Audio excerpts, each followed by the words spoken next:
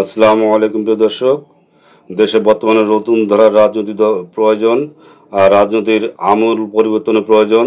এই ব্যাপারে আমাদের বিশ্লেষক জিল্লুর রহমান স্যার কি বললেন, চলুন সরাসরি তার ভিডিওতে দেখে আসি।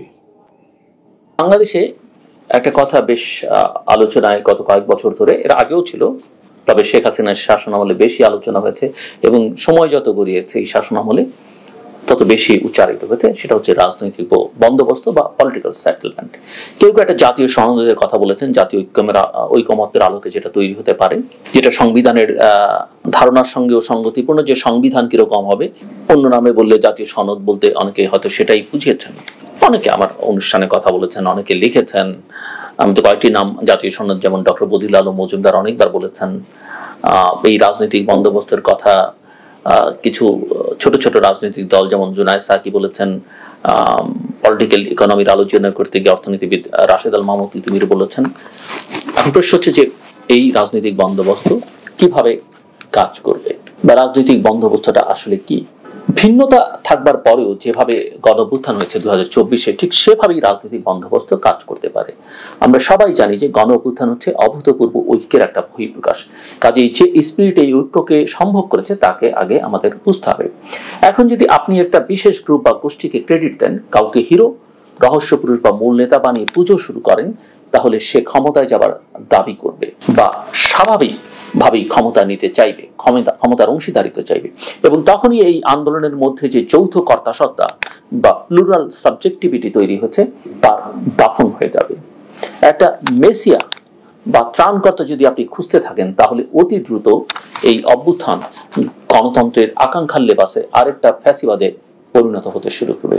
কাজেই বিভক্ত সমাজেই ঐক্য প্রচেষ্টার জন্য মতাদর্শগত পার্থক্য বজায় রাখার সংগ্রাম যেমন জারি থাকবে, এর মধ্যে মূল্যবোধ ভিত্তিক একটা ফাংশনাল গণতন্ত্র কিভাবে কায়েম হতে পারে তার জন্য নতুন রাজনৈতিক বন্দোবস্ত বা পলিটিক্যাল সেটেলমেন্ট গড়ে তুলতে হবে।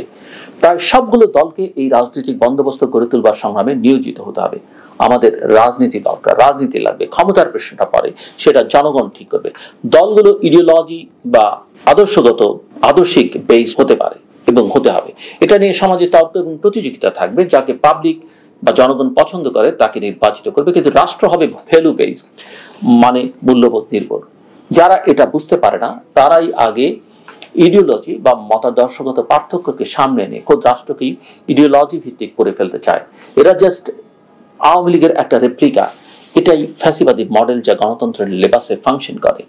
অনেক সমন্বয়ক নামধারী তাত্ত্বিক গুরুরা এই লাইনে হাঁটছে এখন। ফলে এই আন্দোলন যদি পরাজিত হয়, তা প্রথম হবে যারা এটার ক্রেডিট দাবি করে সামনে এসে ক্ষমতার আসনে বসেছে তাদের দ্বারা। আমাদের কাজ হবে এই ক্রিটিকটা পরিষ্কার করে বলে দেয়া। কাজে রাজনৈতিক বন্দোবস্ত হতে হবে রাজনীতি নির্ভর, ক্ষমতা নির্ভর না। রাজনীতিকে পাশ কাটিয়ে কোনো সমাধান হবে না। সেই ক্ষেত্রে আমাদের কাজ হলো গত 1.5 দশকে আমাদের সমাজে ফ্যাসিবাদের যে সামাজিকীকরণ হয়েছে তাকে মোকাবেলার জন্য কালচারাল ফাইট বা সাংস্কৃতিক লড়াই করা, মানে কাউন্টার কালচারাল একটা শক্তি ডেভেলপ করা, কাউন্টার কালচার তৈরি করা এবং সূত্র ধরে, এবং এই কাউন্টার কালচারের সূত্র ধরে গভীর দার্শনিক ইন্টারভেনশন করতে হবে। এই সবগুলোর মূল লক্ষ্য থাকবে একটা রাজনীতি নির্মাণ করা, যে রাজনীতি আমাদের মধ্যে একটা কালেকটিভ মরাল ঐক্য তৈরি করে, একটা রাজনৈতিক জনগোষ্ঠী আকার আমাদের সংগঠিত হতে সাহায্য করবে।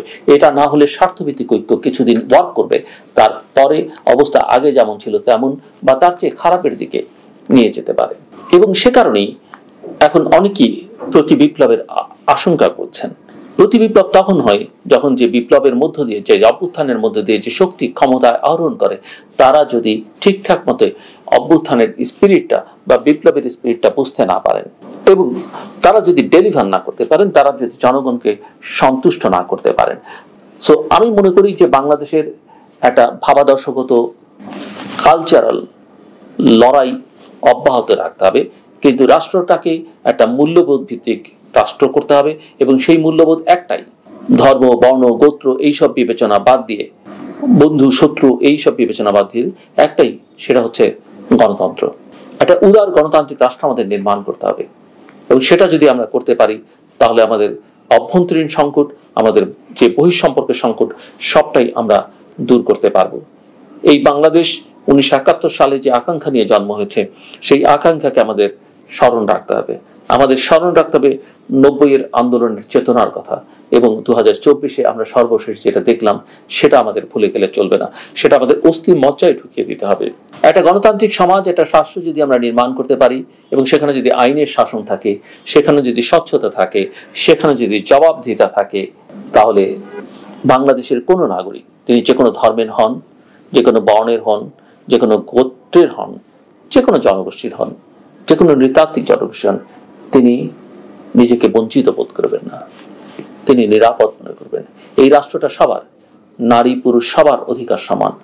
এখানে একজন যে কোনো জেন্ডারের, যে কোনো লিঙ্গের, যে কেউ, এমনকি তিনি যদি তৃতীয় লিঙ্গের হন, তারও সমান অধিকার, যেমন অধিকার আমার।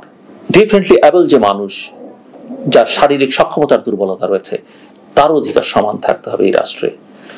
যে বিশ্বাস আমি, যে ধারণায় আমি আস্থা রাখি না, বিশ্বাস করি না, আপনি করেন না, কিন্তু আরেকজন করে, সেটা হয়তো আমাদের ধারণার সম্পূর্ণ বিপরীত, তারও সমান অধিকার থাকবে। তার বিশ্বাসকে আপনি মর্যাদা দিবেন, আমার বিশ্বাসকে সে মর্যাদা দিবে। আমরা একজন আরেকজনের ধারণাকে গ্রহণ করব না, এবং সেটাই যদি করতে পারি, তাহলে আমাদের এই দেশ শুধু রাজনৈতিকভাবে না, অর্থনৈতিকভাবে, সামাজিকভাবে, সাংস্কৃতিকভাবে অনেক দূর এগিয়ে যাবে। এবং সেটা যদি আমরা যেতে পারি, তাহলে যে কোনো বিবেচনায় বাংলাদেশ পৃথিবীর বুকে তো বটেই, নিশ্চিত করেই বলা যায় একটা অদম্য শক্তিতে পরিণত হবে।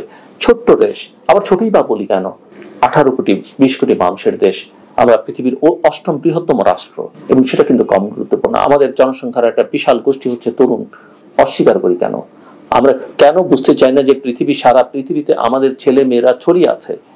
আমরা যদি তাদেরকে আমাদের সঙ্গে কানেক্ট করতে পারি, একটা যোগসূত্র তৈরি করতে পারি, এবং তারা যদি আমাদেরকে, অনেকে আমি জানি সহযোগিতা করতে চায়, তাদের সহযোগিতা দিয়ে আমরা নিতে পারি, তাহলে বাংলাদেশকে কেউ দমিয়ে রাখতে পারবে না।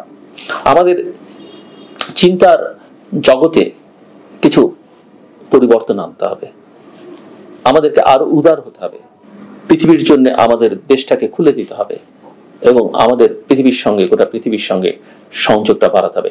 রক্ষণশীলতা আপনাকে কখনো সামনের দিকে এগিয়ে যেতে সহযোগিতা করবে না। আপনি রক্ষণশীল থাকতে পারবেন, কিন্তু আপনার অগ্রগতি হবে না। রক্ষণশীলতা কখনো মুক্তি দেয় না, কোনো কোনো ক্ষেত্রে কখনো কখনো দরকার, কিন্তু সামগ্রিকভাবে সেখান থেকে বেরিয়ে আসতে হবে আমাদেরকে। কুপমণ্ডকতা পরিহার করতে হবে, এবং সেটা করতে না পারলে ওই একই বৃত্তে আমরা ঘুরপাক খেতে থাকবো। কাজে আমি মনে করি আমাদের সামনে অপার সম্ভাবনা আছে, সেই সম্ভাবনাকে কাজে লাগাবার জন্য আসুন আমরা সবাই মিলে একটা উদার গণতান্ত্রিক বাংলাদেশ গড়ে তুলি। অন্য সব কিছু, অন্য সব বিশ্বাস আলোচনা আমরা ভুলে যাই। বাংলাদেশ হবে একটা গণতান্ত্রিক বাংলাদেশ, যা কিছু গণতন্ত্রের মূল্যবোধ সেটা আমরা ধারণ করি, সব সমস্যার সমাধান হবে। প্রিয় দর্শক, আমাদের ভিডিওটা যদি ভালো লাগে প্লিজ একটি সাবস্ক্রাইব করে যাবেন।